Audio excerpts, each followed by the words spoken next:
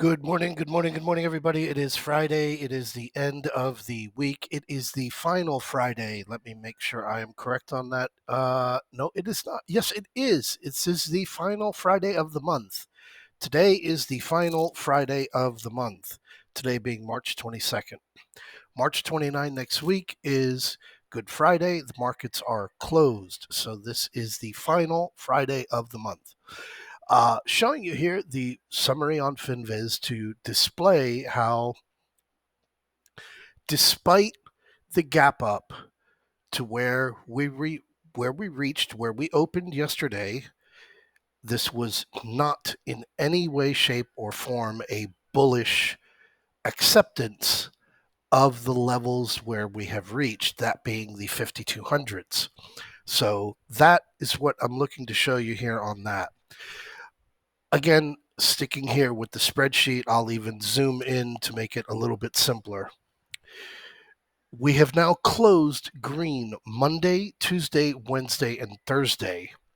Now, today is Friday. We already know the history track record, how the market doesn't close red on Fridays. We got our red close on Friday last week for our 3 red closes in a row, that giving us the warning about what was coming on Monday. We had a red close on March the 8th, the week prior. We had a red close on February 16th, OPEX Friday. Again, so the trend had somewhat begun shifting off of this not closing red on Fridays just recently. I point this out, how we have closed green Monday, Tuesday, Wednesday, Thursday, and today being Friday, as we have not closed green, meaning above the previous day's close, Monday through Friday in a 5-day week since November the 1st to November the 4th of 2021.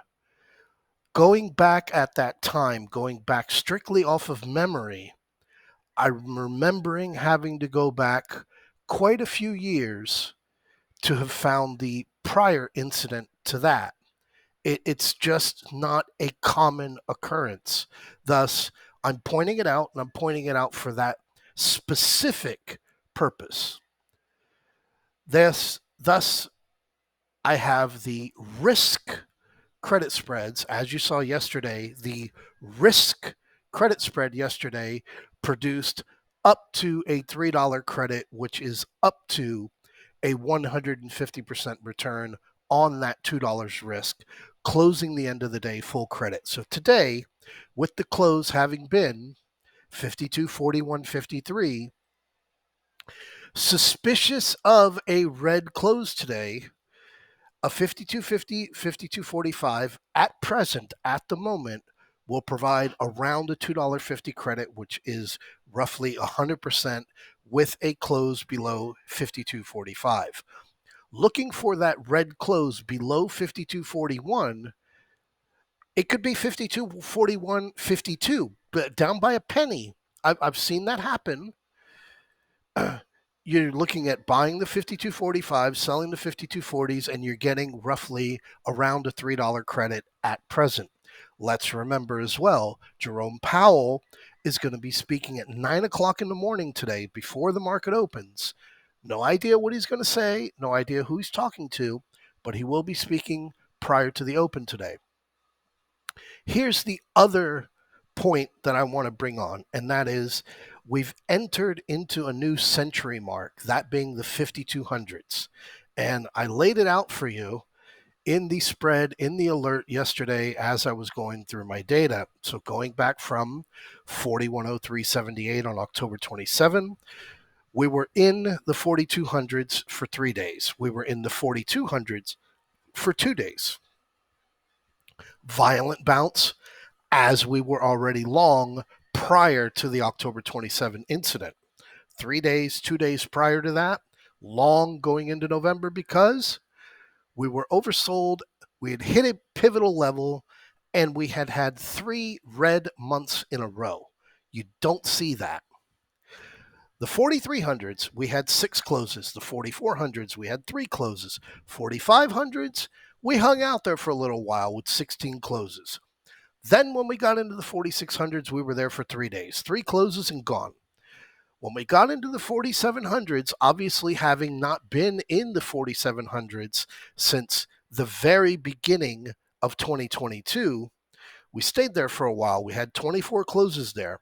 We had 24 closes, 3 that were down below it, and they were fractionally 4698, 4688, 4697. Then we went into the 4800s.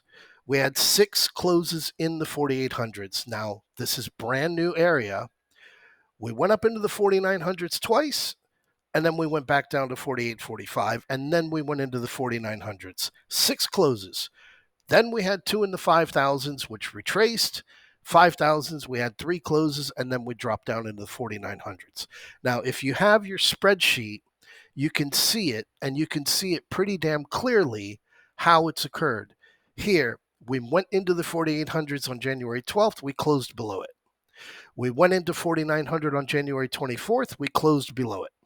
We went into the 5000s on February 8th, we closed below it. We hung out there, we held it for 2 days, the Friday, and then the Monday, and then we closed below it on the Tuesday. We went into the 5100s, February 23, we closed below it.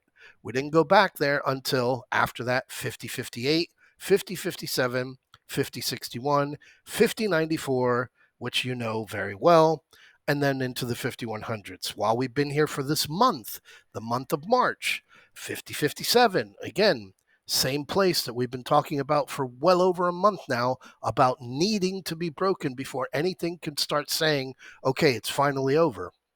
5092, you saw 5091 last week, but only one closed down there below that 5100 in this duration. So, having now visited and spent 2 days, today being the third day in the 5200s, like I said yesterday, there's an 80% chance that you dip out of the 5200s. We didn't get it. Today, you've got about a 90% chance that you dip out of the 5200s. Tomorrow, or Monday being Monday, Tuesday being Tuesday, by Tuesday, I fully expect that we have retraced below the 5200s and thus testing for the first time that 5175. So that's what's on the table. More importantly, or not more importantly, but as significant that I see, we have closed plus 10% year to date, twice now, back-to-back days on the SPX. Zoom this out. Nope, zoom it back in.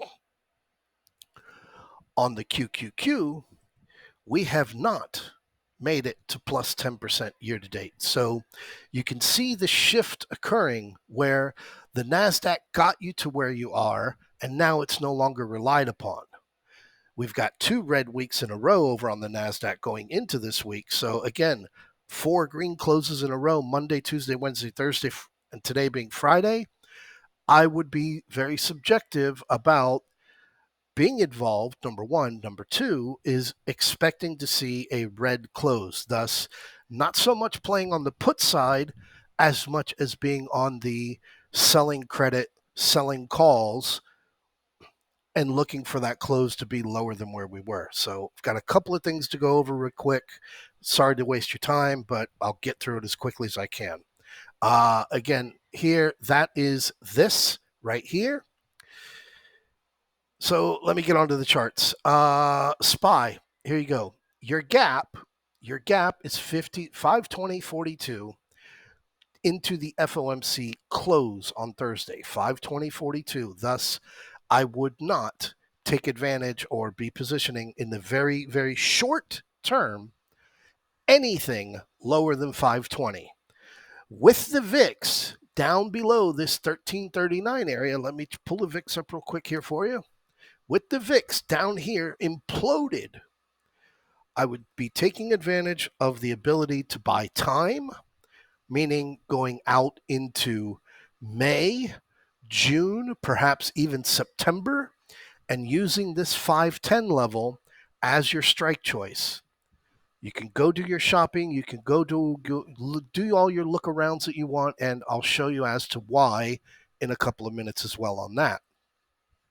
Here on the QQQ, short term, this week only, again, banged right up to the all-time high and put it in a new one by a little bit less than a point. Pulled it right back, almost minus 1% from where we are, heading into that gap from that Thursday close, or the Wednesday close, the FOMC close. Very, very, very clear how that 438.38, that 435, that 434, and more significantly, that 433.50 are continuing to still be the major issues on that downside positioning. Is down there at that 433.50. An implosion of the 433.50, like I've shared many times, first level we're looking at is at 416. After 416, we're going to be looking somewhere around that 402. So lot of space to be done there. I have Federal Express here on screen only because of their earnings that came out yesterday, and because this is something that every one of you can do your own research about this with Federal Express. Federal Express, this is the chart that you're looking at, which I have, which I've had for years. That's why it's got detail on it. Here's a nice clean version of it. And here is your reaction off of your earnings last night. Big move up here to 299.94. Massive move, 299.94. Zoom you on out. Massive move to 299.94. Well, here's where you find out that you get interesting. Is on this 299.94, you're filling the big gap down from December. The gap being over here at 281.92. No, where is it? Right here, 280.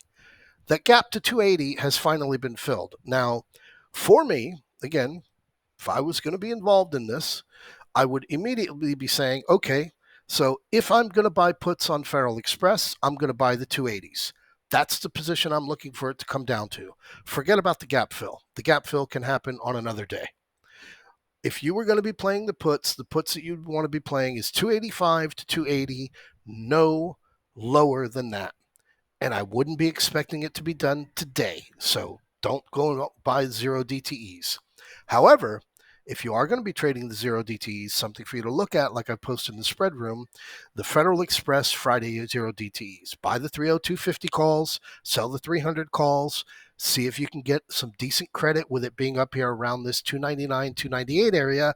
If you can't get good credit on that, don't even take the trade. At least something, when I'm talking good credit, being like $1, something better than $1, that is applicable.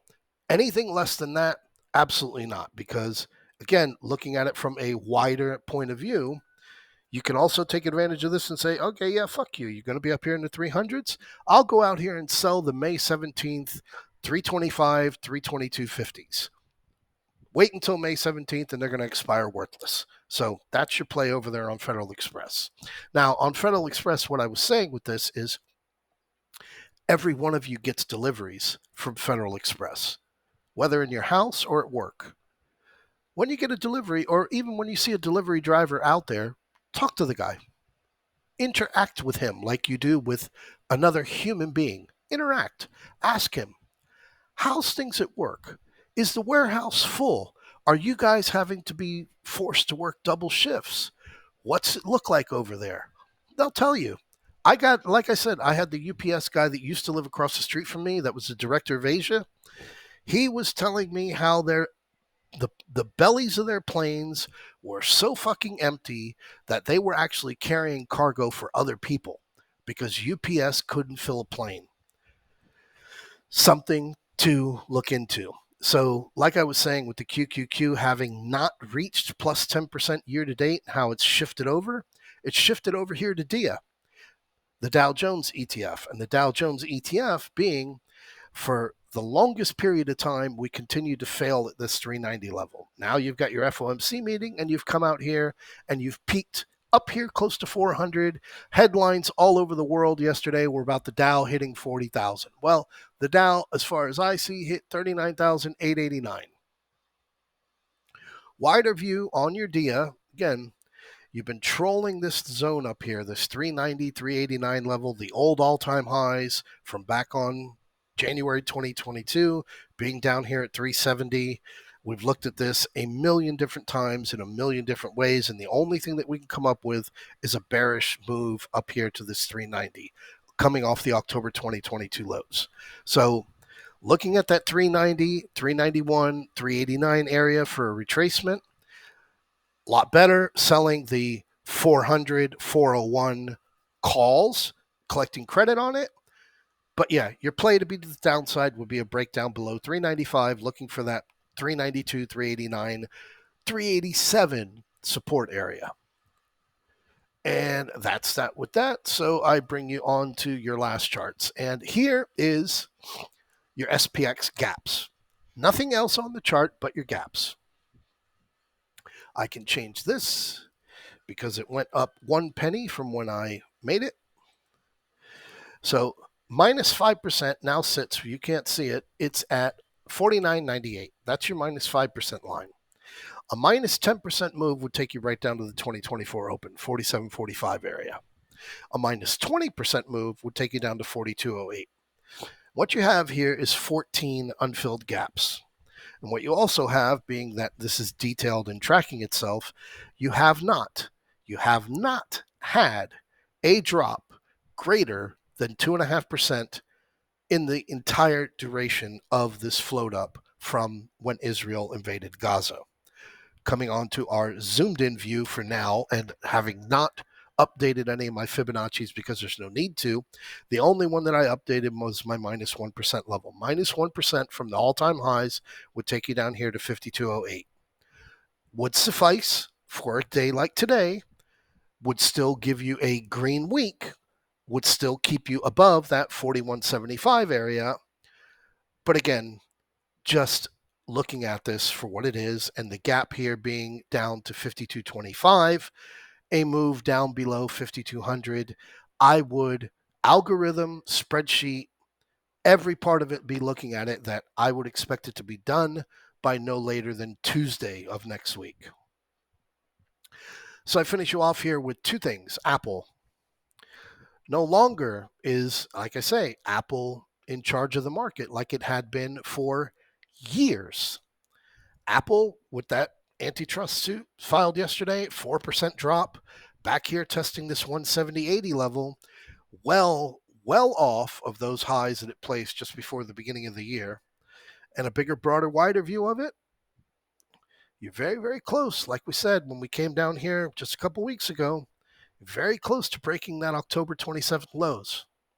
Very, very, very close to breaking down those lows. Break down those lows, and you start looking at a bigger, broader, wider picture of this, how Apple can very easily get down into the minus 160 area, and that would be putting a little bit of pressure on some of the other subjects that are out there. So I leave you off with JPM. Very much like the 32 trade program, all that you're looking to do is have successful trades over and over again over a period of time. No reason to be rushing into trades. No reason to be going at them and saying, "Holy fuck, I'm about to get stopped out."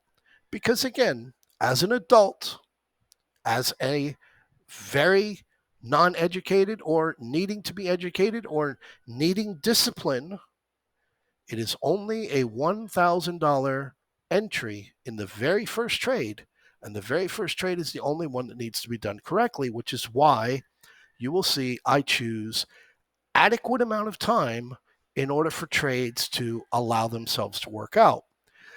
In the original JPM email, I posted that FOMC is going to be coming up. This thing's going to gyrate. 193.70 is what I'm watching. Watching that 193.70, watching that 193.70. Got it the other day. Pulled the trigger, got into it. Then the FOMC came out. And as the FOMC moving, let me remove these studies. As the FOMC move came here right there in the middle of the day and we were trolling, it just fucking boom, went up and exploded. Now it's touching around that 200 level. And everybody's now starting to pay attention to JP Morgan, which is exactly the whole process of trading these individual names is you get to know them, because JP Morgan has earnings that's coming up here in April 12th. And April 12th is a Friday. So you get to play not only the post earnings going out a month, but you also get to play the 0 DTE like we did last earnings. And you all remember that, the guys of you that were here. But this is where you get interesting with this. Is again, we're looking at this from a zoomed in point of view, very, very zoomed in point of view. And you have now reached 20 out of the 21 weeks. The only red week was the week when they reported earnings. 20 out of 21 weeks green. So I leave you with JP Morgan should be at the very, very, very top of your willing to lose, willing to win big part of your portfolio, part of your capital management. Because the week when these close red, like I shared yesterday, a red close on this week is a close below 190.63. With the 192.50 puts trading at 3 cents yesterday, if this did get a red close, those 3 cents would be worth a little bit more than $3, $2.50. You'd be looking at a massive win on a very small amount of exposure. So JP Morgan, keep your eyes on it. And leaving you off with the JP Morgan discussion, as Keith brought up, I looked into this trade after you mentioned it, and it is a 4-leg trade. All of it traded at the exact same time, May 17th and the April 19th. And I initially looked at it as, this very much looks like a credit spread because of the way that some of these numbers pop up, especially with these buying the 210 calls above the ask on the April 19th. Looked as if it was a credit. Then going over there and looking at the open interest on May 17th and April 19th, there was adequate open interest on both of those strikes. As of this morning, that open interest is no longer there. The April 19th and more specifically the May 17th, the open interest is gone. So that was a trade that had been opened well prior to yesterday, and yesterday that trade was taken off. That's exactly the way that looks. So again, being that it's Friday, I didn't think that I was going to take up this much of your time. I apologize for that. I wish you a very successful trading day. I wish you a very happy and glorious weekend. The full moon is on Monday. It's the worm moon. You can go and learn about it if you have nothing to do. Sunday is the anniversary of the .com high. That's the reason I shared the chart over there in the email yesterday. And I have a video that I have been waiting for a few months to get done. I wanted to get it done next week when everybody has a holiday and everybody has a chance to go over it. I may do it this weekend, but I think that because I'm going to be traveling on Sunday and it's a 13-hour ride, I'll probably get it done during the 3-day weekend, which is coming up next week. And I really hope that everybody takes it for the way that it's supposed to be done. I will leave you. I apologize. I'll leave you here with this. The dollar, something people watch. FOMC highs right here at 104. And then the FOMC came out. We had that big drop. We are above the FOMC highs, and we are climbing. So take that with a grain of salt if you are considering continuing to be long or exposing yourself into a new long position as we head into 5 green days in a row, Monday through Friday, the full moon coming up, the anniversary of the .com highs, and going into a short week, with that being Holy Week, that being Good Friday, where only retail traders will be trading the remainder part of next week after Monday. So enjoy yourselves. Enjoy it. I will catch up with you.